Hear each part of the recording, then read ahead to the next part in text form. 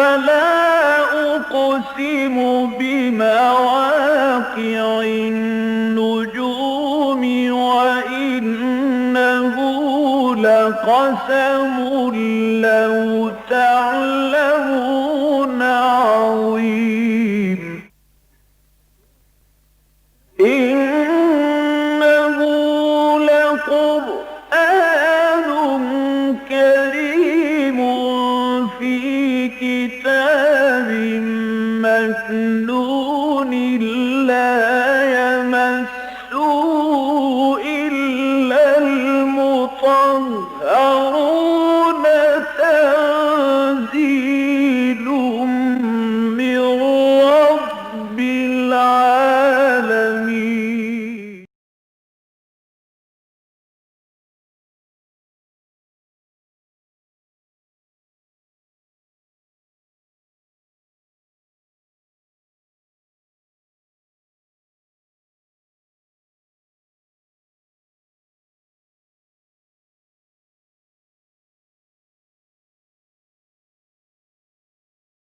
أعوذ بالله من الشيطان الرجيم.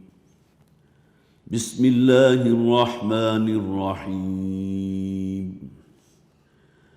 أفلم يسيروا في الأرض فينظروا كيف كان عاقبة الذين من قبلهم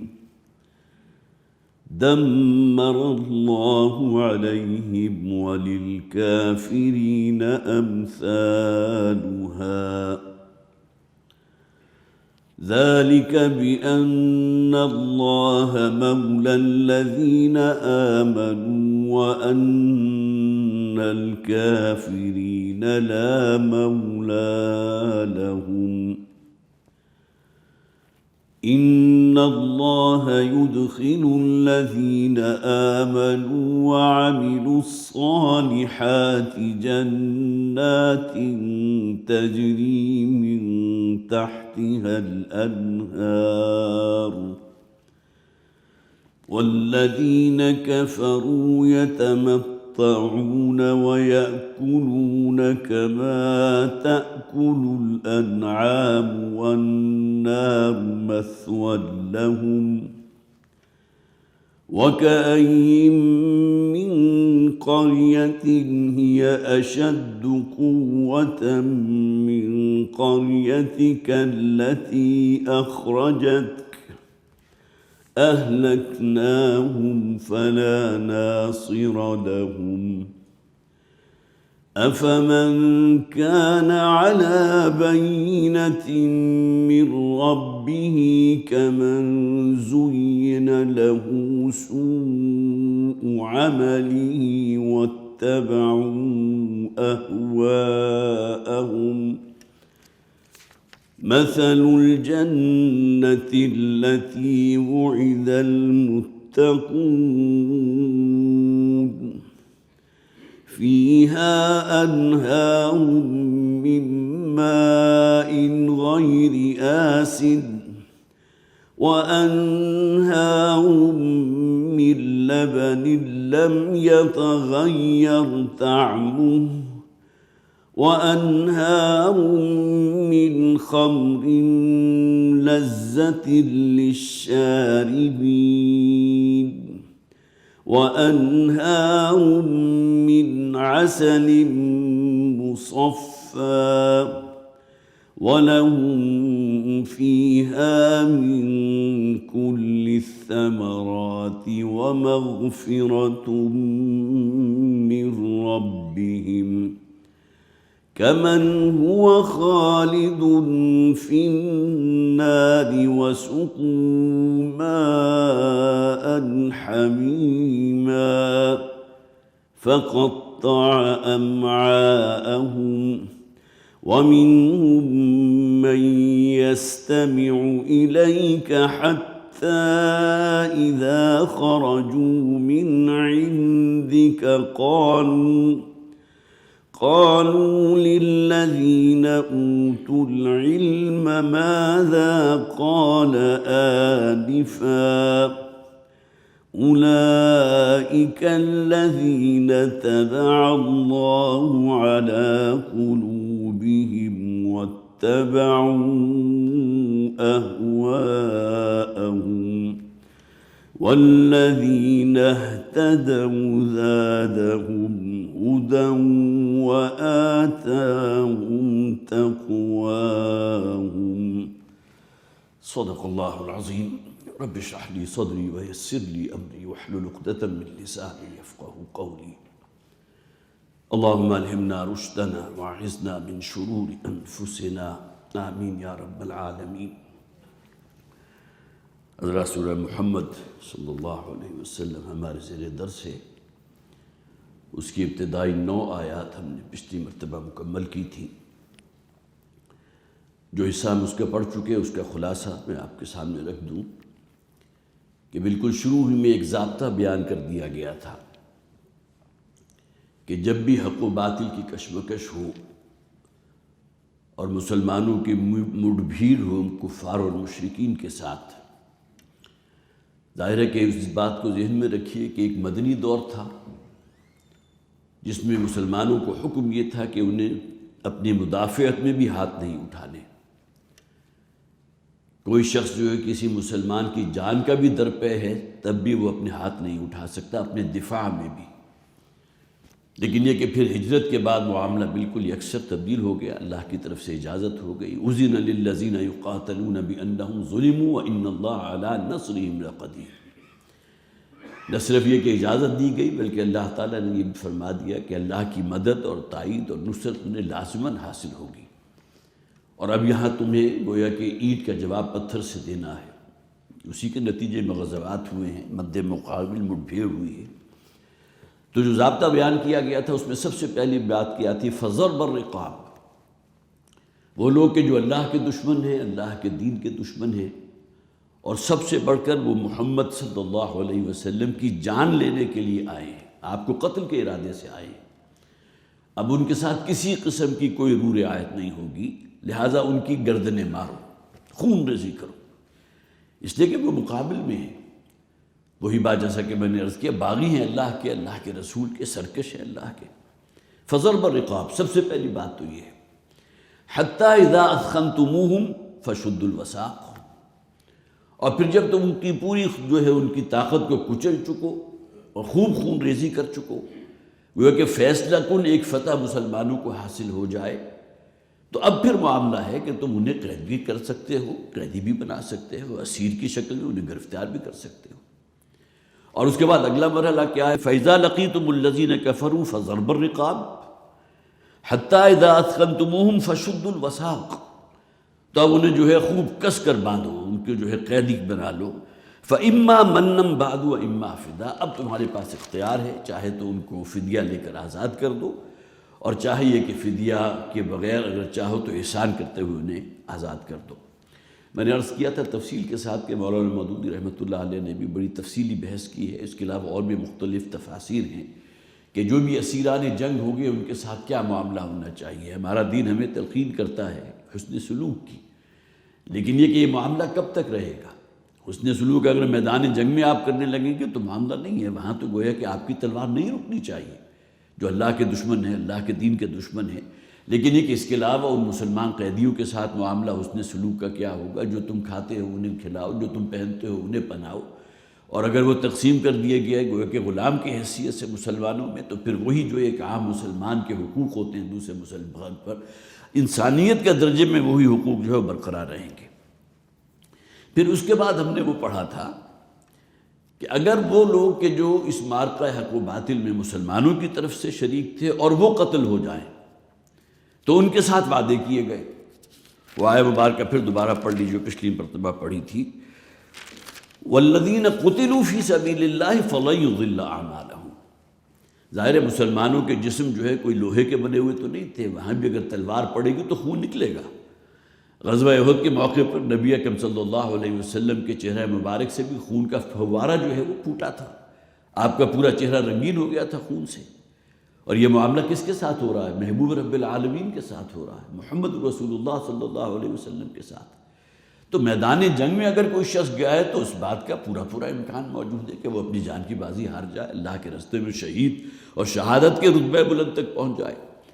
تو والذین قتلوا فی سبیل اللہ فلن یضل اعمالہم سیہدیہم ویصلح بالہم ویدخلہم الجنۃ عرفہا لہم۔ جو لوگ اللہ کے راستے میں قتل کر دیے جائیں، شہید ہو جائیں، تو ان کے لیے اللہ کے وعدے ہیں۔ یہاں بھی فرمایا گیا کہ ان کی کوئی چھوٹی سے چھوٹی نیکی بھی اللہ تعالیٰ ضائع نہیں کرے گا۔ پھر یہ کہ انہیں اللہ تعالیٰ ہدایت کے، اس دنیا میں بھی ہدایت کے راستے پر تھے، لیکن یہی ہدایت کی شاہراہ ہے جو بالآخر انہیں جنت الفردوس تک پہنچا دے گی۔ وَيُصْلِحُ بَالَهُمْ، اور اللہ تعالیٰ ان کے معاملات آخرت کی اخروی منازل بہت آسان فرما دے گا۔ وَيُدْخِلُهُمُ الْجَنَّةَ عَرَّفَهَا لَهُمْ، اور انہیں داخل فرمائے گا ان باغات میں جن سے وہ خوب واقف کر دیے گئے ہیں، جو گویا کہ انہیں پہلے دکھا دیے گئے۔ اور وہ حدیث جو میں نے آپ کو مسند احمد کی سنائی تھی، جس میں نبی اکرم صلی اللہ علیہ وسلم نے فرمایا تھا جو شخص بھی اللہ کے راستے میں اپنی جان قربان کر دیتا ہے، جو شہید ہو جاتا ہے، تو 6 نقد انعامات ہیں جو اللہ تعالیٰ اسے عطا فرماتا ہے کہ زندگی کا ہر نوع کا ہر گناہ اللہ معاف کر دے گا۔ جنت میں اس کا محل اسے دکھا دیا جائے گا، جس کا ذکر یہاں اس آیہ مبارکہ میں فرمایا گیا، عرفہا لہم، جسے خوب پہچانتے ہوں گے، اس لیے کہ انہیں اسی دنیا کی زندگی میں اللہ تعالیٰ نے وہ متعارف کرا دیا تھا اس گھر سے کہ جو اللہ تعالیٰ نے جنت میں اس محل سے جو ان کے لیے جو بنایا ہے۔ پھر نمبر 3 یہ کہ انتہائی خوبصورت بڑی آنکھوں والی حوروں سے ان کا نکاح کر دیا جائے گا۔ پھر عذاب قبر جو ہے اس سے اللہ تعالیٰ انہیں بالکل محفوظ رکھے گا۔ قیامت کے دن کی جو سختی اور غلظت ہے اللہ تعالیٰ ان سے انہیں نجات عطا فرمائے گا، اور سب سے بڑھ کر یہ کہ زیور ایمان سے انہیں آراستہ کر دیا جائے گا، ایسا ایک جسے آپ کہیے کہ نورانی حالہ ہوگا جو ان کی شخصیت کے گرد ہوگا، جو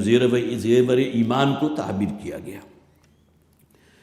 اسی طرح پھر آگے فرمایا تھا ان تنصروا اللہ ینصرکم، جو آخری آیت ہم نے پچھلی مرتبہ پڑھی تھی، اگر تم اللہ کے مددگار بنو گے تو اللہ تمہاری مدد کرے گا۔ اب یہ نوٹ کیجئے کہ یہ آیہ مبارکہ کس پس منظر میں آ رہی ہے، اللہ کی مدد سے مراد کیا ہے؟ یہاں یہ میدان جنگ ہے اور مسلمان اور کفار ایک دوسرے کے مد مقابل ہیں،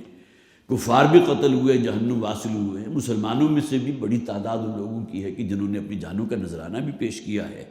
اس پس منظر میں یہ آیت آ رہی ہے ان تنصروا اللہ ینصرکم۔ یہاں معلوم ہوا کہ مدد اصل میں اللہ کی کرنا، اس سے مراد ہے اللہ کے دین کو غالب کرنے کی جد و جہد کرنا، ورنہ صرف بحیثیت مبلغ اور بحیثیت داعی جو ہے نبی اکرم صلی اللہ علیہ وسلم مکہ میں 13 برس وہ کام کرتے رہے، دعوت و تبلیغ کا کام کرتے رہے، لیکن صرف آیا حضور کا مقصد جو بھیجنے کا تھا وہ صرف دعوت و تبلیغ تو نہیں تھی، وہ تو اللہ کے دین کی سربلندی تھی۔ انا سنلقی علیک قولا ثقیلا، اگرچہ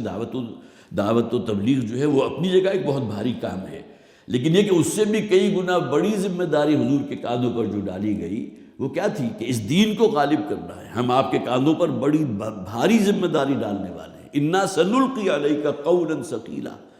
اور ظاہر ہے کہ اس کے لیے مسلمانوں نے اپنی جانوں کا نذرانہ بھی پیش کیا ہے۔ میدان جنگ میں مسلمانوں کا لہو جو ہے وہ جذب بھی ہوا ہے، خود نبی اکرم صلی اللہ علیہ وسلم کے ساتھ جو کچھ ہوا ہے۔ اور طائف کا اگر آپ واقعہ ذہن میں لائیں، حضرت عائشہ صدیقہ رضی اللہ تعالی عنہ چونکہ حضور کے نکاح میں آئیں تو ان کے علم میں اگر ہوا بھی تو، لیکن یہ کہ طائف کا جو حضور کا تھا پورا، جس میں حضور کے ساتھ جو سلوک کیا گیا ان کے علم میں شاید اتنی تفصیل سے نہ ہو، لیکن یہ کہ غزوہ احد کے بعد ایک موقع پر حضرت عائشہ نے فرمایا تھا حضور صلی اللہ علیہ وسلم، عرض کیا تھا کہ حضور کیا اس دن سے زیادہ سخت دن بھی آپ کی زندگی میں کوئی گزرا؟ تو نبی اکرم صلی اللہ علیہ وسلم نے فرمایا طائف کا دن مجھ پر اس سے بھی بھاری تھا، حالانکہ وہاں جو ہے حضور بے ہوش نہیں ہوئے تھے،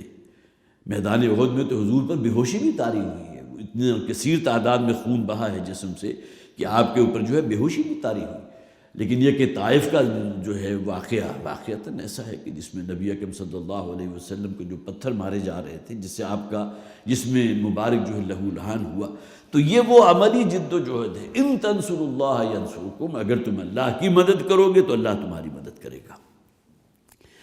افلم یسیروا فی الارض فینظروا کیف کان عاقبۃ الذین من قبلہم، کیا یہ لوگ زمین میں چلتے پھرتے نہیں ہیں؟ ان کے تجارتی قافلے جو ہے شام کی طرف بھی جاتے ہیں، یمن کی طرف بھی جاتے ہیں، اور رستے میں انہیں وہ کھنڈرات بھی نظر آتے ہیں جہاں بہت مہذب اور بہت طاقتور قومیں موجود تھیں، اللہ تعالیٰ نے سب کو تباہ و برباد کر دیا، تو ان کے لیے کوئی نشان عبرت اس میں معلوم ہوتا ہے، اس سے کوئی سبق حاصل کرنے کو تیار نہیں۔ فَيَنظُرُوا كَيْفَ كَانَ عَاقِبَةُ الَّذِينَ مِن قَبْلِهِمْ، کم سے کم کوئی عبرت تو حاصل کریں کہ کیا انجام ہوا تھا ان لوگوں کا جو ان سے پہلے ہو گزرے۔ دمر اللہ علیہم، اللہ تعالیٰ نے ہلاکت ان پر مسلط کر دی، کس کس طریقے سے اللہ تعالیٰ کا عذاب ان پر آیا ہے۔ وَلِلْكَافِرِينَ أَمْثَالُهَا، اور ان بد نصیب ان کافروں کے لیے، مشرکین مکہ کے لیے انہی کی مثال جو ہے بطور نشان عبرت کافی ہے اگر سمجھنا چاہے۔ لیکن اگر اپنے دل کے دروازے ہی بالکل بند کر دیے اور سمجھنے کو تیار نہیں، اور ابو لہب کا وہ طرز عمل بھی سامنے آیا کہ حضور اگر کہیں جا رہے ہیں، کسی سے کوئی بات کر رہے ہیں تو وہاں پہنچ گیا اور اپنے کانوں میں اس نے انگلیاں ڈال دی ہیں، اور پھر یہ وہ کہہ رہا ہے اس شخص سے کہ دیکھو اس کی بات نہ سننا، یہ تمہیں تمہارے آبائی دین سے گمراہ کر دے گا، اور اپنے کانوں میں انگلیاں ٹھوسی ہوئی کہ کہیں کوئی حق بات جو ہے اس کے کانوں سے ہو کر اس کے دل میں نہ اتر جائے، وہ سننے کو تیار ہی نہیں۔ تو ان کا معاملہ تو پھر یہی ہوگا کہ دمر اللہ علیہم وللکافرین امثالھا۔ اور اسی ابو جہل کا معاملہ جو ہوا تھا آپ کو معلوم ہے، میدان بدر میں اس کا جو ہے وہ بڑا ہی لہیم و شہیم اور بہت ہی قداور شخص تھا وہ، لیکن یہ کہ اس کا دھڑ زمین کے اوپر ایسے پڑا ہوا تھا جیسے کھجور کا کٹا ہوا تنا ہے،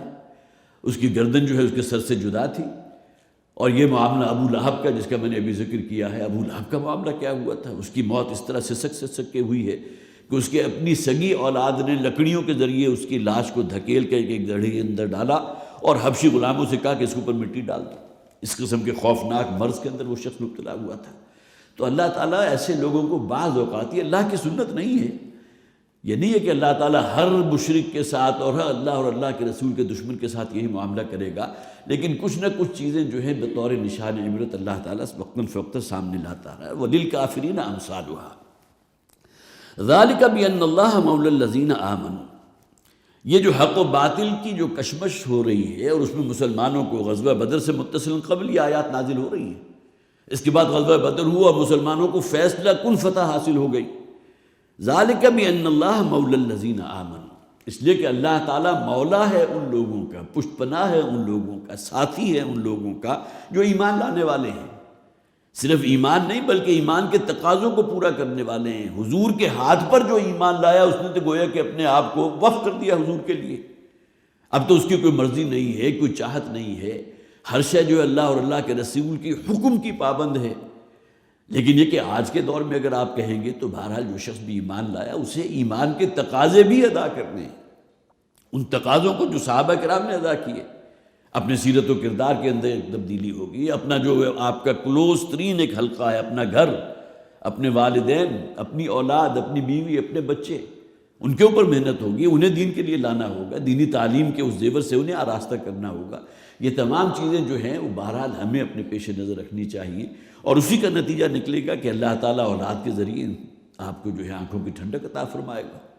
وہ دعا جو بہت خوبصورت دعا ہے، ہمیں اپنی نمازوں میں اسے شامل کرنا چاہیے۔ ربنا ھب لنا من ازواجنا وذریاتنا قرۃ اعین واجعلنا للمتقین اماما۔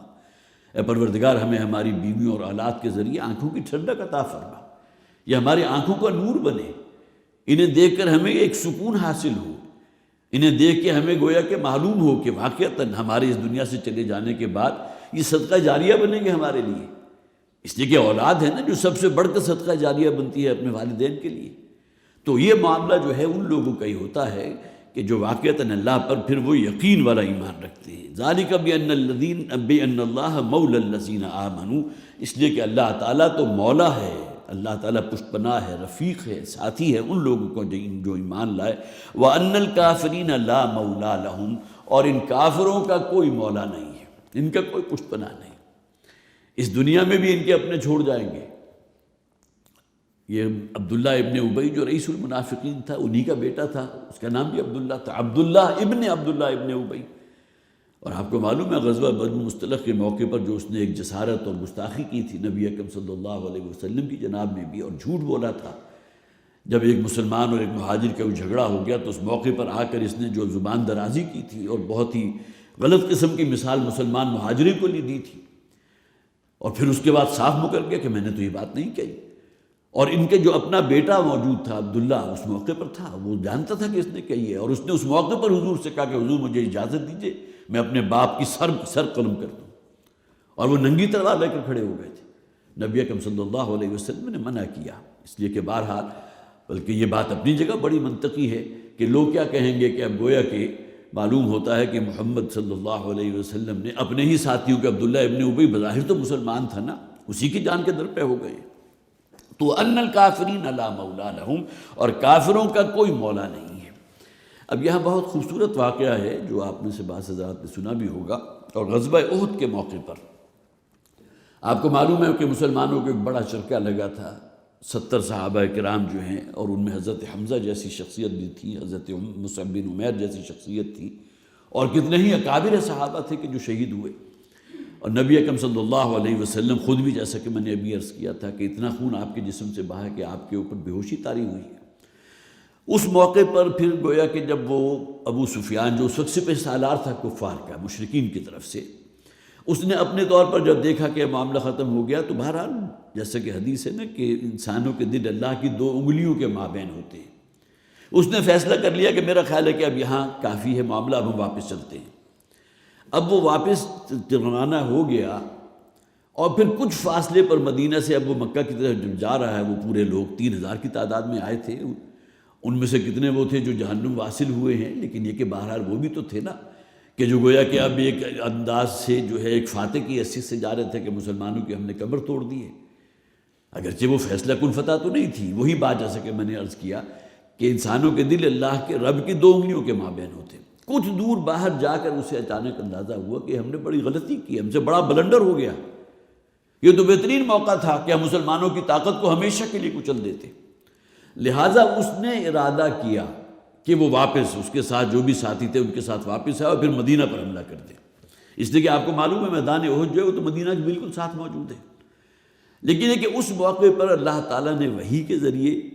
نبی اکرم صلی اللہ علیہ وسلم کو یہ بات بتا دی، اور نبی اکرم صلی اللہ علیہ وسلم نے ایک جیش جو ہے صحابہ کا باقاعدہ اس کے تعاقب میں روانہ کیا،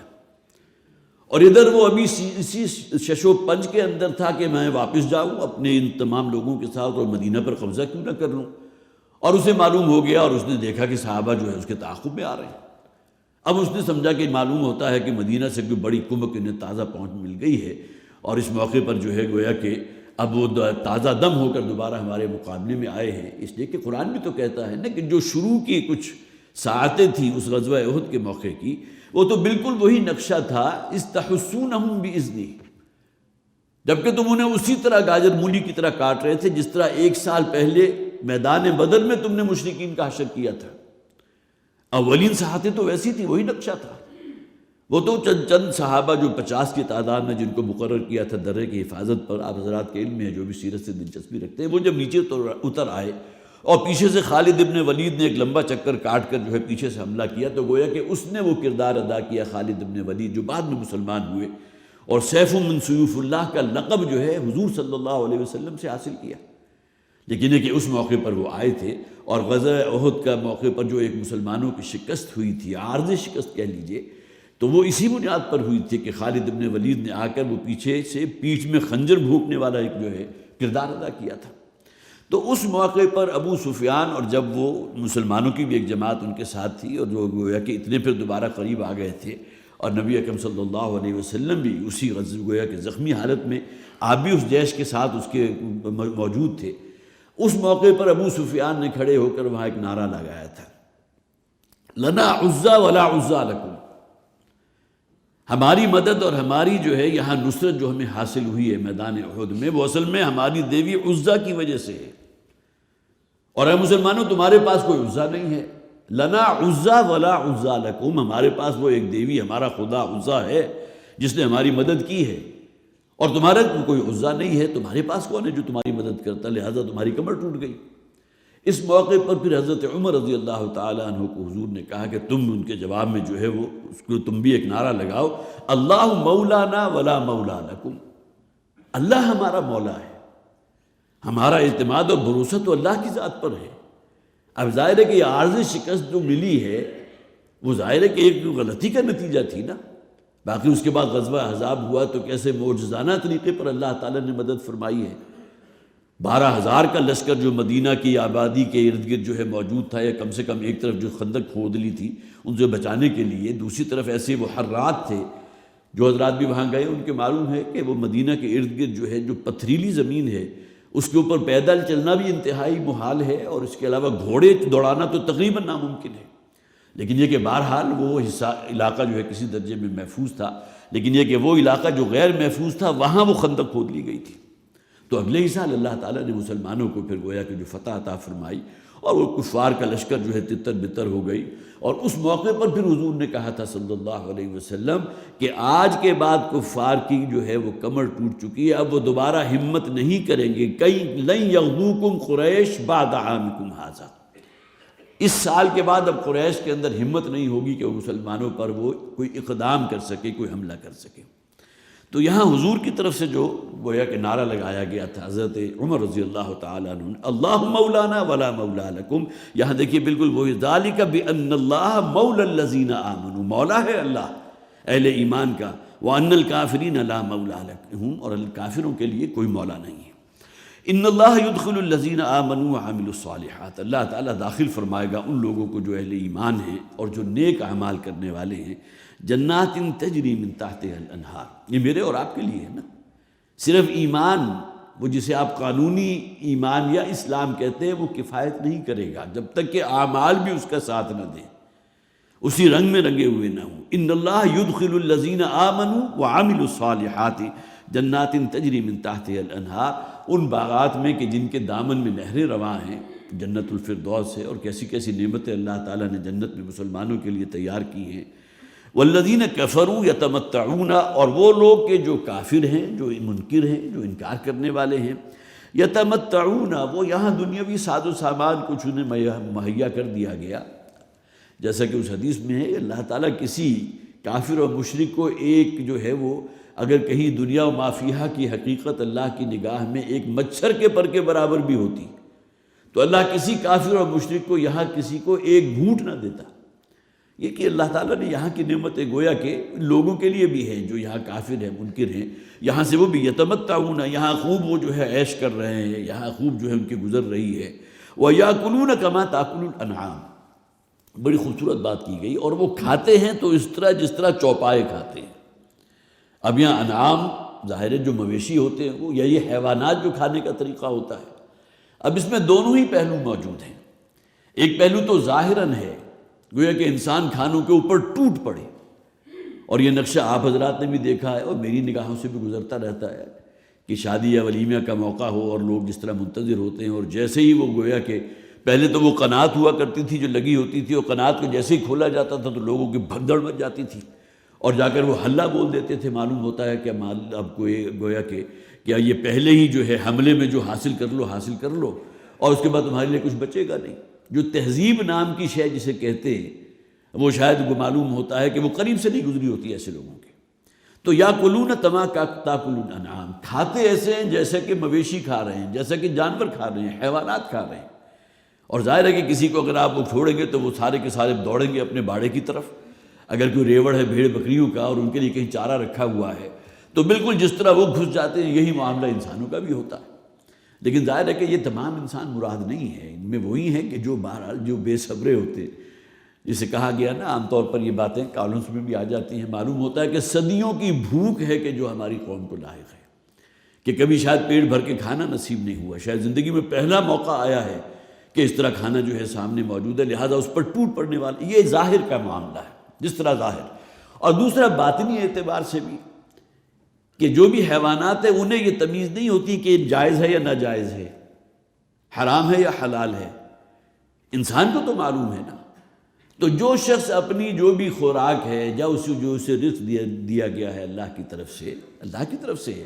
اگر اس نے حرام طریقے سے حاصل کیا اس کو بھی اسی طرح ہنین مریا کھا رہا ہے۔ گویا کہ انسانوں کو تو کم سے کم تمیز رکھنی چاہیے نا۔ ایک حرام و حلال وہ ہے کہ مردار کا گوشت کھا لے آدمی،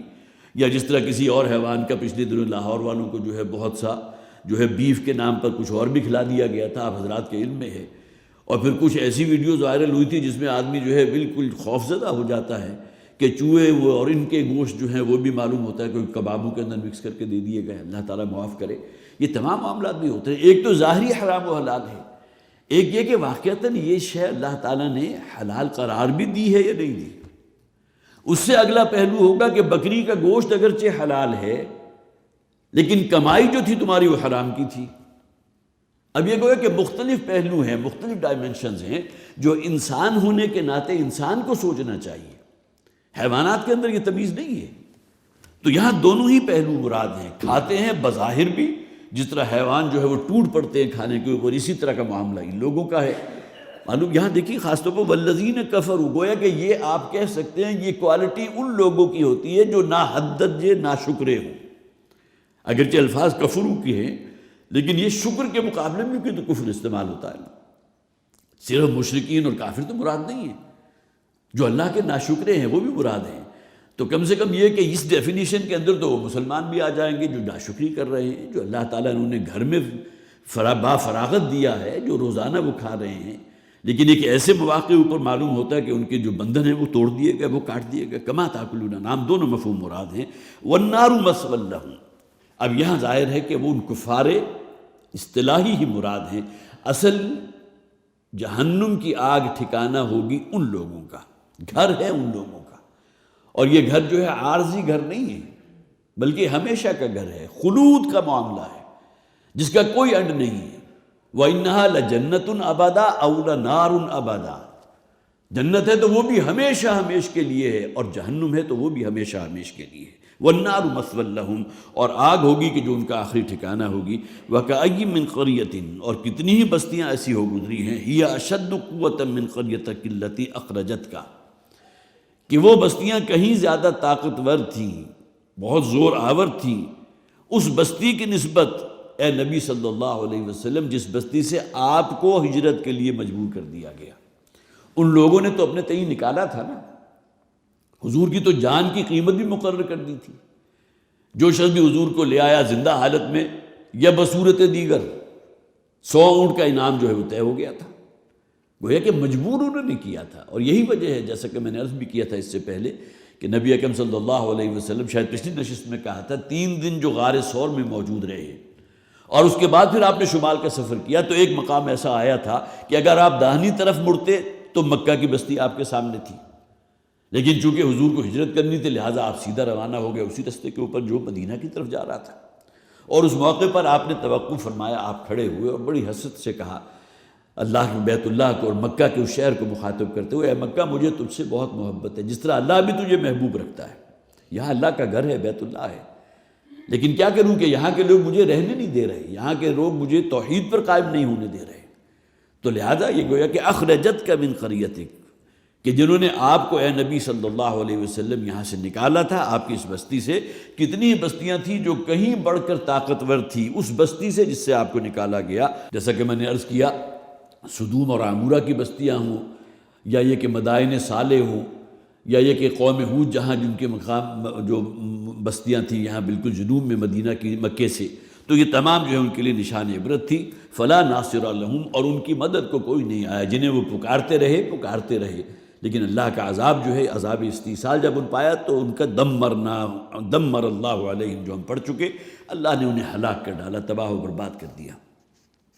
افمن کان علی بینۃ من ربہ، بھلا وہ شخص کے جو اپنے رب کی طرف سے ایک بینہ پر ہو۔ اب دیکھیے بینہ اصل میں وہ انسان کے جس کی فطرت سلیم ہے اور عقل صحیح ہے، فطرت اللہ التی فطر الناس علیہ، اللہ تعالیٰ نے انسان کی فطرت بنائی ہے اور اللہ کی بنائی ہوئی فطرت ہے۔ حضور فرماتے ہیں کل مولود یولد علی الفطرہ، ہر بچہ جو پیدا ہوتا ہے فطرت، یہاں مراد فطرت اسلام ہے، اس کی کلین سلیٹ لے کر آتا ہے۔ یہ جو ماحول اسے میسر آیا، اس کے خاندان والے ہیں، اس کی والدین ہیں، اس کے اور جو گوئے عزیز اقارب ہیں، ان کی وجہ سے کوئی یہودی ہو گیا، کوئی عیسائی ہو گیا، کوئی کسی اور مذہب کا پیروکار ہو گیا، فَأَبَوَاهُ يُهَوِّدَانِهِ أَوْ يُمَجِّسَانِهِ أَوْ يُنَصِّرَانِهِ، یہ نصرانی یا مجوسی ہو جانا یہ اس کے والدین ہیں کہ جو اسے بنا دیتے ہیں، یا یہ کہ کہہ لیجیے کہ جس ماحول میں اس کی ولادت ہوئی اس کے مطابق اپنے آپ کو ڈھال لیتا ہے۔ لیکن ایک اللہ تعالیٰ نے ہر انسان کو جو فطرت سلیمہ دی ہے، عقل سلیم سے نوازا ہے، سب سے بڑی بینہ یہ ہے کہ واقعتاً اگر انسان اپنی فطرت کو ٹٹولے تو اللہ کی معرفت اس کے اندر موجود ہے، اسے معلوم ہے کہ ایک اللہ ہے کہ جو اصلاً مددگار ہے، اصل قوت اس کے پاس ہے، یہی وجہ قرآن میں کتنے مقامات پر کہا گیا جب ان کے اوپر کوئی بڑی مصیبت آتی ہے، اور اس کی مثال بھی دی گئی جب وہ کہیں سمندری سفر پر نکلتے ہیں اور تیز و تند ہوائیں چلنے لگتی ہیں اور ان کا جو بیڑا یا کشتی ہے جو وہ ڈولنے لگتی ہے، موت انہیں اپنے سر پر مسلط نظر آتی ہے، تو کسی دیوی یا دیوتا کو نہیں پکارتے، صرف اللہ کو پکارتے ہیں۔ معلوم ہوا کہ فطرت کی پکار تو یہی ہے نا۔ تو اگر انسان کی فطرت سلیم ہو اور عقل صحیح ہو تو پھر وہ گویا کہ فطرت کا وہی جو اسلام، جو اصل میں اللہ کا فطرت کے مطابق دیا ہوا نظام ہے، جو گویا کہ فطرت کے مطابق جو دین اللہ تعالیٰ نے انسان کو دیا، انسان اس کے اوپر آگے چلتا ہے۔ اور جیسے ہی خارج میں اسے کوئی روشنی نظر آتی ہے، جیسے ابو بکر صدیق رضی اللہ تعالیٰ عنہ، انتہائی سلیم الفطرت، انتہائی صحیح العقل انسان، عقل و دانش، اور پھر یہ کہ فطرت سلیمہ جو ہے وہ بھی بدرجہ تب موجود، جیسے ہی حضور کی بات ان کے کانوں تک پہنچی ہے تو گویا کہ وہ نور علی نور والی کیفیت ہو گئی۔ اندر بھی نور موجود تھا، فطرت سلیم تھی، عقل صحیح، اور دوسری طرف خارج میں جو بات نظر آئی، معلوم ہوا کہ میں نے تو وہی جانا کہ جو میرے دل میں تھا، یہ تو بالکل وہی پکار ہے کہ جو میری اندر سے اٹھ رہی تھی، لہٰذا آگے بڑھ کر اس دعوت کو قبول کر لیا۔ اور نبی اکرم صلی اللہ علیہ وسلم نے جو انہیں خاص طور پر امتیازی مقام حاصل ہوا ہے حضور کے اس قول کی بنیاد پر کہ حضور نے کہا کہ جس کے سامنے بھی میں نے دین اور توحید اور اسلام کی بات رکھی ہے، کچھ نہ کچھ توقف کیا ہے سوائے ابو بکر کے رضی اللہ تعالیٰ، کہ انہیں تو ایک لحظے کا بھی کوئی توقف نہیں ہوا کہ میں نے یہ جانا کہ گویا یہی میرے دل میں تھا، اپنی فطرت ہی کی پکار تھی کہ جو انہیں حضور صلی اللہ علیہ وسلم جس کی دعوت دے رہے تھے وہ انہیں اپنی فطرت کی پکار محسوس ہوئی۔ اس سے یہ کہ بینہ ایک پوری صورت بھی موجود ہے قرآن حکیم میں، اور اس کے شروع میں اس بات کو واضح کر دیا گیا کہ بینہ اصل میں رسول اور اللہ کے کلام اور اللہ کی کتاب۔ لم یکن الذین کفروا من اہل الکتاب حتی تأتیہم البینہ رسول من اللہ یتلو صحفا مطہرۃ۔ یہ بینہ ہے کیا؟ اللہ کے رسول ہیں صلی اللہ علیہ وسلم، جو دعوت پیش کر رہے ہیں وہ تمہاری فطرت کے مطابق ہے، اور ساتھ کے ساتھ یہ ہے یتلو علیہم، وہ انہیں پر تلاوت کر رہے ہیں اللہ کے اس کلام کو۔ تو قرآن اور سنت یہ دونوں مل کر بھی بینہ بنتے ہیں۔ افمن کان علی بینۃ من ربہ، بھلا وہ شخص کہ جو اپنے رب کی طرف سے روشن دلیلوں پر ہے، سلیم فطرت سلیم کا مالک ہے، اس سیدھے راستے کے اوپر ہے، جو آگے جو ہے اللہ کی رضا تک جا رہا ہے۔ کمن زین لہ سوء عملہ، کیا برابر ہو جائے گا اس شخص کا کہ جس کے برے اعمال ہی اس کے لیے نکھار دیے گئے؟ وہ بڑا شاداں فرحاں ہے اپنی حرام خوری پر، اس کی بنیاد پر جو دولت اسے حاصل ہوئی اور اس میں جو اچھا عیش کر رہا ہے، اللہ تللے کر رہا ہے، اسی کے اندر مست ہے۔ کیا یہ برابر ہو جائے گا اس شخص کے کہ جو اپنے رب کی طرف سے ایک بینہ پر ہے، جو فطرت سلیم کا مالک ہے، جو اس دین اور ہدایت کے مطابق جو ہے زندگی گزار رہا ہے، جو اللہ اور اللہ کے رسول، اللہ نے اپنی اس کتاب کے ذریعے، اللہ کے رسول نے اپنے عمل کے ذریعے جو لوگوں کے سامنے رکھی ہے، کیا یہ دونوں لوگ برابر ہو جائیں گے؟ کمن زین لہ سوء عملہ واتبعوا اہواءہم، اور یہ لوگ کہ جن کے اعمال ان کے لیے مزین کر دیے گئے، برے اعمال، اور جو اپنے خواہشات نفسی کی پیروی میں لگے ہوئے ہیں، یہ دونوں برابر نہیں ہو سکتے۔ یہ وہی بات ہے جو فرمایا گیا ہے سورہ ملک کے اندر، افمن یمشی مکبا علی وجہہ اہدی امن یمشی سویا علی صراط مستقیم، بھلا وہ شخص کہ جو اوندھے منہ صرف زمینی خواہشات ہی ہیں اصل میں جو فوکسڈ ہیں، کوئی شخص اگر اوندھے منہ جو ہے گھسٹ رہا ہے تو وہ ادھر ادھر تو نہیں دیکھ رہا، وہ صرف زمین ہی کی طرف دیکھ رہا ہے نا۔ افمن یمشی مکبا علی وجہہ، اپنے منہ کے بل زمین پر گھسٹ رہا ہے، کیا یہ برابر ہو جائے گا اس شخص کے؟ امن یہدی الی صراط، امن یہدی اہدی امن یمشی علی صراط مستقیم، کیا یہ شخص زیادہ ہدایت پر ہوگا یا وہ شخص کہ جو صراط مستقیم پر چل رہا ہے؟ تو ظاہر ہے کہ انسان جو ہے اس کا فوری جواب کیا دے گا؟ صرف اپنی خواہشات نفسی کی بندگی ہو رہی ہے، زمینی خواہشات ہی جو ہے اسی کی پیروی ہو رہی ہے، فوکس ہے تو صرف زمین اور یہاں کا روپیہ پیسہ، یہاں کا رنگ روپ، یہاں کی چمک دمک، یہاں کی تزئین و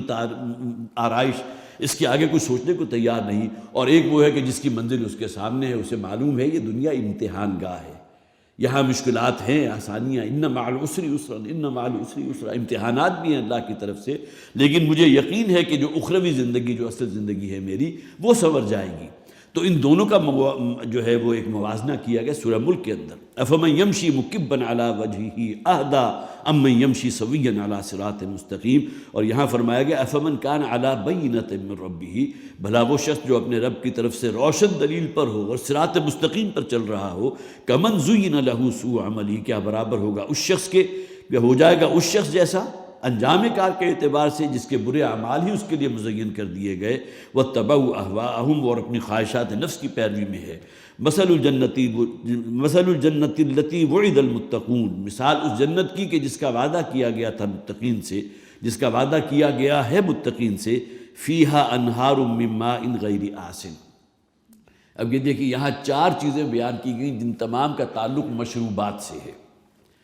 اگرچہ معقولات کا ذکر بھی آگے ہے لیکن اس کے لیے صرف ایک ہی اصطلاح آئی ہے. اگرچہ معقولات کے اندر گوشت بھی ہے، لحم طیر مما یشتہون، پرندوں کا گوشت بھی ہے، پھر سی فوڈ بھی ہے، پھر انواع و اقسام کے پھل بھی ہیں، میوے بھی ہیں، پھر سبزیاں ہیں، ترکاریاں ہیں، تمام معقولات میں ہیں. یہاں 4 مشروبات کا ذکر کیا گیا کہ اس جنت جس کا وعدہ کیا گیا ہے اہل ایمان سے، فیہا انہار من ماء غیر آسن. پانی تو اللہ نے یہاں بھی دیا، لیکن یہاں کا پانی جو زمین سے نکل کر اور پھر زمین کی آلودگی سمیٹ کر اس کے اندر مٹی بھی ہے، اب فلٹرز وغیرہ موجود ہیں، پہلے تو ایسا ہوتا نہیں تھا. جب قرآن نازل ہو رہا ہے تو کون سا فلٹریشن کا نظام تھا؟ زیادہ سے زیادہ یہی ہوگا کہ پانی کو لے کر کہیں کسی گھڑے میں رکھ دیا اور اس کے بعد نتھرا ہوا پانی اوپر سے استعمال کر لیا تاکہ جو کثافتیں ہیں وہ نیچے کے دھل جائیں. باقی یہ کہ مائکرو فلٹرز یا اس قسم کے فلٹر کا تو کوئی وجود نہیں تھا. اور پھر یہ کہ پانی بہرحال کچھ عرصہ اگر اس کے اوپر گزر جائے تو اس کی رنگت بھی تبدیل ہو جاتی ہے، اس کا ذائقہ اور اس کی جو اسمیل یا فلیور ہے وہ بھی چینج ہو جاتا ہے. جنت کے پانی کا معاملہ کیا ہے؟ ماء غیر آسن. آسن اس شے کو کہتے ہیں جس کے اندر یہ 3 چیزیں جو ہے متغیر ہو چکی ہیں، تبدیل ہو چکی ہوں. جس طرح ہم پڑھا کرتے تھے نا، جو کسی شے کو جو ہے اس کا رنگ اور بو اور ذائقہ، یہ تینوں چیزیں ہیں کہ جو جس کے اندر پوری طرح ہوں تو گویا کہ پانی بالکل بے رنگ ہونا چاہیے. اگر کہیں رنگین ہو گیا یا کوئی ہے تو اس کے اندر کوئی کثافت موجود ہے. اسی طرح اگر اس کا جو ہے اسمیل وہ کوئی چینج ہو گئی تو معلوم ہوا کہ اس کے اندر کوئی سڑان پیدا ہو چکی ہے، کوئی الجی ہے یا کوئی اس قسم کی چیزیں ہیں کہ جس نے اس کے اندر جو ہے وہ اسمیل کے اندر تبدیلی کر دی. اسی طرح ذائقے میں تو یہ گویا کہ رنگ ہے، بو ہے اور ذائقہ ہے. یہ 3 چیزیں ہیں جو تغیر ہو سکتا ہے پانی کے اعتبار سے. تو ان تینوں کی نفی کر دی گئی. غیر آسن، وہ پانی وہ ہوگا کہ جس کے اندر کوئی ملاوٹ نہیں ہوگی. بارش کا پانی ہم سمجھتے ہیں بہت صاف ہے، ستھرا اور نترا ہوا ہے، لیکن وہ بھی جو فضائی آلودگی ہے اس کو لے کر آ رہا ہے نا. فضا کے اندر نائٹروجن ہے، وہ اس کو بھی کچھ نہ کچھ جذب کر رہا ہے. کاربن ڈائی آکسائڈ ہے، وہ بھی اس کو بھی جذب کر رہا ہے. اسی طرح اور جو ذرات ہوتے ہیں وہ بھی اس بارش کے پانی کے اندر مکس ہو جاتے ہیں. تو بارش کا پانی بھی گویا کہ آلودگی سے پاک نہیں ہے. یہی وجہ عام طور پر جو بوائل کر کے جو سٹیم نکلتی ہے تو سٹیم کے پانی کو فوری طور پر اگر آپ ٹھنڈا کر کے سٹیم جو ہے بھاپ کو تو وہ پانی حاصل کر لیں تو اس کے بارے میں کہا جا سکتا ہے کہ وہ اس کے اندر شاید کوئی آلودگی نہ ہو. لیکن جس برتن میں آپ نے رکھا ہے اس کے اندر کوئی جراثیم یا وائرس یا بیکٹیریا موجود ہو سکتا ہے. تو غیر آسن ان تمام چیزوں کا جن کا تصور کر سکتے ہیں. تو جنت کا پانی ان چیزوں سے بالا ہے جو تمہارے زمین کے پانی کے ساتھ جو کثافتیں موجود ہیں. وَأَنْهَارٌ مِّن لَبَنٍ لَمْ يَتَغَيَّرْ طَعْمُهُ، اور دودھ کی وہ نہریں ہوں گی. نہر کے لفظ کو نوٹ کیجئے، یہ دودھ جو ہے کوئی تھنوں سے نکلا ہوا دودھ نہیں ہوگا. آپ کو معلوم ہے تھنوں سے نکلا ہوا دودھ کافی بڑا سورس بن جاتا ہے بچوں کے اندر ٹوبرکلوسس کا. ہڈیوں کی ٹی بی ہو گئی ہے یا آنتوں کی ٹی بی ہو گئی، ہم نے تو پڑھا ہوا. اس لیے کہ جس جانور سے وہ دودھ حاصل کیا گیا اگر وہ ٹوبرکلس ہے اور اس کو پراپرلی اس کو ابالا نہیں گیا ہے یا یہ کہ اس کو پاسچرائز نہیں کیا گیا تو اس کے اثرات آ جاتے ہیں اور بچے جو اس دودھ کو کنزیوم کر رہے ہیں ان کے اندر بھی بیماریاں ہو سکتی ہیں. تو یہاں اور دودھ اگر کوئی تھوڑی دیر پڑا رہے تو پھٹ جائے گا، اس کا ذائقہ تبدیل ہو جائے گا، اس کی رنگت تبدیل ہو جائے گی، ایسی اسمیل آئے گی تو آپ اس کو قریب بھی لائیں گے تو آپ اسے متنفر ہو جائیں گے.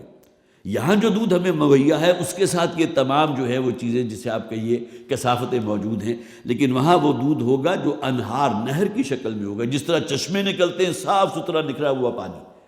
اسی طرح وہ جنت کی جو وادیوں میں سے جو نکلا ہوا نہروں کی شکل میں جو دودھ ہوگا. لم یتغیر طعمہ، جس کے اندر اس کے مزے میں یا جس کی خوشبو میں کہیں کوئی کمی نہیں ہوگی. یہ ہمارے اصل میں باقی وہاں کے مشروبات کس نوع کے ہوں گے اس کا ہم تصور کر نہیں سکتے. اس ذائقے سے شاید ہماری زبان اس دنیا کی زندگی میں نا آشنا رہے گی جو جنت کی نعمتوں کا ذائقہ ہے، جنت کے پھلوں کا ذائقہ ہے. جو حضور نے فرمایا نا ایک حدیث میں کہ ما لا عین رأت ولا اذن سمعت وما خطر علی قلب بشر، گویا کہ اس میں اس کو بھی شامل کر لیجئے، نہ یہ کہ صرف کسی آنکھ نے دیکھی نہیں، نہ یہ کہ نہ کسی نے اس کے بارے میں کچھ سنا، ٹھیک ہے سن کے بھی آپ ایک حد تک ہی تصور قائم کریں گے نا۔ کسی شے کی لذت جو ہے صرف مٹھاس سے متعین نہیں ہوتی، اس کے اندر فلیور ایک بڑی بنیادی شے ہوتی ہے، کم میٹھا بھی ہے لیکن اس کا ایک خاص جو ہے فلیور ہے وہ آپ کے اندر جو ہے بڑا انشراح پیدا کر دے گا۔ تو یہ ساری کوالٹیز آپ لگا دیجئے جنت کی تمام مشروبات کے ساتھ، تو لم یتغیر طعمہ وانہار من خمر، اور اسی طرح مشروبات ہوں گے، خمر اگرچہ شراب کو کہتے ہیں لیکن جو ترجمہ کیا جاتا ہے شراب وہ ہوگی تو ہمارا ذہن لے دے کر اسی شراب کی طرف آتا ہے جو انتہائی بد ذائقہ، انتہائی تلخ، کڑوی اور بدبودار ہوتی ہے۔ عام آدمی تو شاید اس کو سونگے گا تو وہیں اسے متلی ہو جائے گی، لیکن جو بہرحال اس کے عادی ہو چکے ہوتے ہیں ان کے لیے تو شراب کے اندر ہی زندگی ہے، انہیں تو شاید پانی کو جو ہے اس کو کوئی وہ اہمیت نہیں دیں گے، اصل شے تو شراب ہے، پینے کی شے تو شراب ہے۔ یہ ایک زمانے میں وہ جو عرب معاشرہ تھا ان کے ہاں بھی یہی ہوا کرتا تھا کہ بڑے بڑے مٹکے جو ہے گھروں کے اندر بڑے ہوتے تھے، اور جب شراب کی قطعی حرمت کا ذکر آیا تو روایات یہ موجود ہیں کہ گلیاں جو ہیں وہ اتنے مٹکے تھے، ان کو جب پھوڑا گیا تو گلیاں جو ہیں باقاعدہ جو ہے معلوم ہوتا کہ ندیاں بہہ رہی ہیں شراب کی، اس لیے کہ نکاسی کا یا آب پاشی کا انڈر گراؤنڈ کوئی انتظام تو تھا نہیں، لوگوں نے جب اس کو بہایا ہے تو اس بالآخر وہ زمین میں جذب ہو گئی ہوگی۔ تو شراب جو ہے اس کے بارے میں فرمایا وَأَنْهَارٌ مِّن خَمْرٍ، وہ بھی نہروں کی ہوگی، گویا کہ جس طرح پانی جو ہے انتہائی صاف چشمے کا پانی ہوتا ہے، اسی طرح وہاں زمین سے یا جو جنت کی سرزمین ہے وہاں سے نکلی ہوئی نہریں ہوں گی جو شراب کی نہریں بھی ہوں گی، لذۃ للشاربین، کے پینے والوں کے لیے انتہائی لذیذ ہوں گی۔ اب یہاں وہی بات جو میں نے کہی تھی ہمارے تفسیر کے اندر بھی رکھا ہے، دنیاوی شراب کسی نوعیت کی ہو انتہائی بد ذائقہ، اس کے اندر کوئی لذت نہیں ہوتی اور ہمیشہ بدبودار ہے۔ الکوہل کی کبھی آپ بدبو سونگھ کر دیکھی کس قسم کی ہوتی ہے، لذۃ للشاربین، جس میں پینے والوں کے لیے بڑی لذت ہوگی۔ وَأَنْهَارٌ مِّنْ عَسَلٍ مُّصَفًّى، اور اسی طرح نہریں ہی ہوں گی شہد کی بھی۔ اب حالانکہ شہد بڑی ایک تھک چیز ہوتی ہے، وسکوسٹی اس کی زیادہ ہوتی ہے، لیکن وہ بھی بہہ رہا ہوگا نہروں کی شکل میں، گویا کہ یہ وہ شہد نہیں ہوگا جو دنیا میں تم شہد کی مکھیوں کے ذریعے حاصل کرتے ہو۔ شہد کو نچوڑتے ہوئے نامعلوم کتنی ہی مکھیوں کو جو ہے ان کا بھی قیمہ بن جاتا ہوگا، یا کتنے انڈے ہوں گے کہ جو اس چھتے کے اندر موجود ہوں، اس کو نچوڑتے ہوئے کشید کرتے ہوئے وہ بھی اسی کا جز بن جاتے ہوں گے، اور مکھیوں کے جو باریک باریک جو ہے ٹانگیں ہوتی ہیں یا کچھ ہوتی ہے اس کے اوپر ریشے ہوتے ہیں وہ بھی اسی شہد کے اندر جو مکس ہو جاتے ہوں گے، تو وہ خالص ہو جانا اس درجے کا وہ ممکن ہی نہیں ہے۔ اگرچہ قرآن خود کہتا ہے فیہ شفاء للناس، شہد کے اندر اللہ تعالیٰ نے لوگوں کے لیے بڑی شفا رکھی ہے۔ تو وہاں کا جو شہد ہوگا عسل مصفیٰ، جو بالکل جس کے اندر کہیں کسی قسم کی جو ہے وہ پولیوشن نہیں ہوگی، امپیورٹی نہیں ہوگی، انتہائی صاف و شفاف۔ یہاں تو بعض شہد ایسے بھی ہوتے ہیں کہ جس کے اندر ہر ایک ہیک ہوتی ہے، مغافیر، جو خاص طور پر ایک واقعہ ہے نبی اکرم صلی اللہ علیہ وسلم کی سیرت کا جو سورہ تحریم میں انشاءاللہ ہم وہاں بھی پہنچیں گے۔ اب تو ہم پہنچ گئے ہیں 26ویں پارے پہ، سورہ تحریم 28ویں پارے کے اندر ہے، تو اس میں وہ واقعہ موجود ہے مغافیر کا شہد، اس کے اندر ایک خاص قسم کی ہیک ہوتی تھی، اور یہ کوئی علاقہ تھا وہیں کا، میرے خیال مدینہ کے قریب کا ہوگا، کہ جہاں جو کوئی پھول اگتے تھے جہاں سے وہ شہد کی مکھیاں اپنا اس کا جوس ایکسٹریکٹ کرتی تھی، تو ان کے اندر ایک خاص قسم کا فلیور اور ایک اسمیل ہوتی تھی جو عام آدمیوں کو پسند نہیں تھی۔ تو حضرت حفصہ رضی اللہ تعالی عنہ جب حضور جاتے تھے تو انہیں اس سے جو ہے مغایرت ہوتی تھی، اور معلوم ہوتا تھا کہ شہد جو حضور نے کھایا ہے اس کے اندر مغافیر کی بو آ رہی ہے۔ تو مغافیر بھی ایک پودے کا نام ہے کہ جس سے جو شہد حاصل ہوتا ہے تو اس کے اندر ایک خاص قسم کی ہیک ہوتی ہے۔ تو وہاں کا جو شہد ہوگا وہ مکھیوں سے حاصل کردہ شہد نہیں ہوگا، وہ اللہ تعالیٰ کی طرف سے فراہم کردہ شہد ہوگا، جس کی نہریں بہہ رہی ہوں گی اور جو چھتوں کو نچوڑ کر نہیں نکالا گیا ہوگا بلکہ انہار کی شکل میں وہاں جاری ہوگا۔ وَلَهُمْ فِيهَا مِن كُلِّ الثَّمَرَاتِ، اور یہ مشروبات کے ذکر کے بعد اب معقولات آ گئے، اور ہر نوع کے کھانے کی چیزیں جس میں پھل ہیں، ٹاپ پر تو وہی ہوتے ہیں، آج بھی کھانے کی چیزوں میں ٹاپ پر پھل ہیں۔ یہ الگ بات ہے کہ آج سیب آپ کو 100 روپے کلو مل جائے گا، آلو 120 روپے کلو ملے گا، یہ تو ہمارے اپنا معاملہ ہے نا، کچھ اللہ تعالیٰ کی طرف سے بھی کچھ معاملات کے اندر سختی ہو جاتی ہے، لیکن یہ کہ کبھی آج تک سنا نہیں تھا کہ پھل جو ہے وہ سبزیوں سے بھی نیچے آ جائیں گے، لیکن بہرحال ہمیشہ سے پھل ٹاپ پر ہوا کرتا ہے۔ پھر اس میں بھی جو ڈرائی فروٹس ہوتے ہیں وہ اور اس سے ٹاپ پر چلے جاتے ہیں جنہیں میوہ جات کہا جاتا ہے۔ تو یہ تمام چیزیں ثمرات کے اندر آ جاتی ہیں، اسی طرح جو سبزیاں ہیں، کھانے پینے کی چیزیں، معقولات یہاں مراد ہے،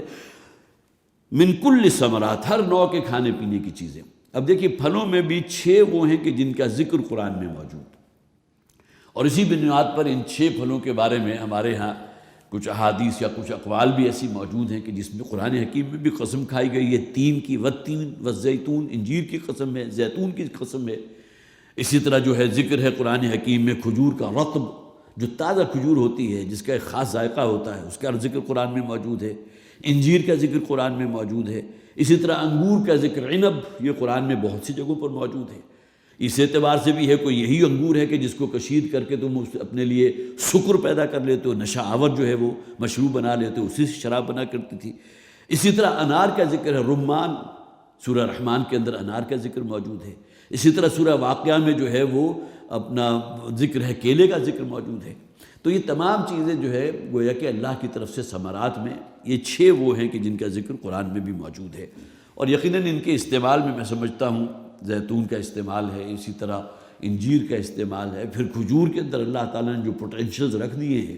جو قوت و توانائی کا جو ہے ایک مجموعہ کھجور کے اندر موجود ہے، تو وَلَهُمْ فِيهَا مِنْ كُلِّ الثَّمَرَاتِ، وہاں اس جنت میں ان کے لیے ہر نوع کے ثمرات ہیں، وَمَغْفِرَةٌ مِّن رَبِّهِمْ، اور سب سے بڑھ کر یہ کہ اللہ نے انہیں جہنم سے بچا لیا، جو فرمایا گیا نا فَمَنْ زُحْزِحَ عَنِ النَّارِ وَأُدْخِلَ الْجَنَّةَ، اصل کامیابی یہ ہے کہ اللہ تعالیٰ نے اس دن کی رسوائی سے تمہیں بچا لیا۔ یہ تو اللہ کی عنایات ہے نا جس کی کوئی حد نہیں، کہ جس کے بارے میں کوئی تم تصور ہی نہیں کر سکتے، اور اس میں بھی جو سب سے ٹاپ پر ہوگا وہ دیدار رب ہوگا۔ ایک حدیث میں جو حضور نے فرمایا کہ دنیا کی تمام نعمتیں جو ہیں ان میں سب سے بڑھ کر نعمت جو کسی مسلمان اور مومن کو حاصل ہوگی، اور جو لذت اور جو چاشنی اور جو آپ اصطلاحات، ہماری اصطلاحات ختم ہو جائیں گی، انسان اپنے رب کو دیکھے گا تو اس کی کیا کیفیت ہوگی، شاید اس مزے یا اس لذت کو ہم محسوس کر ہی نہیں سکتے۔ وہ جنت کی نعمتوں سے بہت بڑی نعمت ہوگی۔ تو مغفرت من ربہم، ان کے رب نے انہیں جہنم سے بچا لیا، اللہ نے ان کی مغفرت فرما دی۔ کمن ہوا خالد فی النار، کیا وہ لوگ جن کو یہ نعمتیں فراہم کی گئی ہوں گی کیا وہ برابر ہو جائیں گے ان کے کہ خالد فی النار، کہ ان کا ہمیشہ کا ٹھکانہ اب جہنم کی آگ ہے، وَسُقُوا مَاءً حَمِيمًا، اور وہاں وہ انتہائی ابلتا ہوا، جوش مارتا ہوا، کھولتا ہوا پانی پیئیں گے، فَقَطَّعَ أَمْعَاءَهُمْ، اب بڑے خوفناک الفاظ ہیں آگے، وہ پانی جو ہے اس کیفیت کا حامل ہوگا، اس تاثیر کا حامل ہوگا جو ان کی معدے اور ان کی انتڑیوں کو پھاڑ کر رکھ دے گا۔ اب یہ ظاہر ہے فَقَطَّعَ أَمْعَاءَهُمْ، جو کاٹ ڈالے گا ان کی آنتوں کو اور ان کی معدوں کو۔ اب ایک انجام یہ ہے اور دوسرا انجام وہ ہے، لیکن اس پہلے انجام تک پہنچنے کے لیے جس میں اللہ کی نعمتیں اور عنایات شامل ہیں، اس کے لیے محنت کرنی ہے، اس کے لیے کوشش کرنی ہے، اپنے نفسانی خواہشات کو کچلنا ہے، اپنے آپ کو اللہ اور اللہ کے رسول کا تابع بنانا ہے، اس کے جو اللہ کے رسول کے اتباع کا جذبہ پیدا کرنا ہے۔ اللہ تعالی ہمیں توفیق عطا فرمائے۔ بس اسی پر آج کا درس ہم ختم کر رہے ہیں۔ اللہ تعالی ہمیں قرآن حکیم کو سمجھنے کی اور اس پر عمل کرنے کی توفیق عطا فرمائے۔ بارک اللہ لی ولکم فی القرآن العظیم ونفعنی وإیاکم بالآیات والذکر الحکیم۔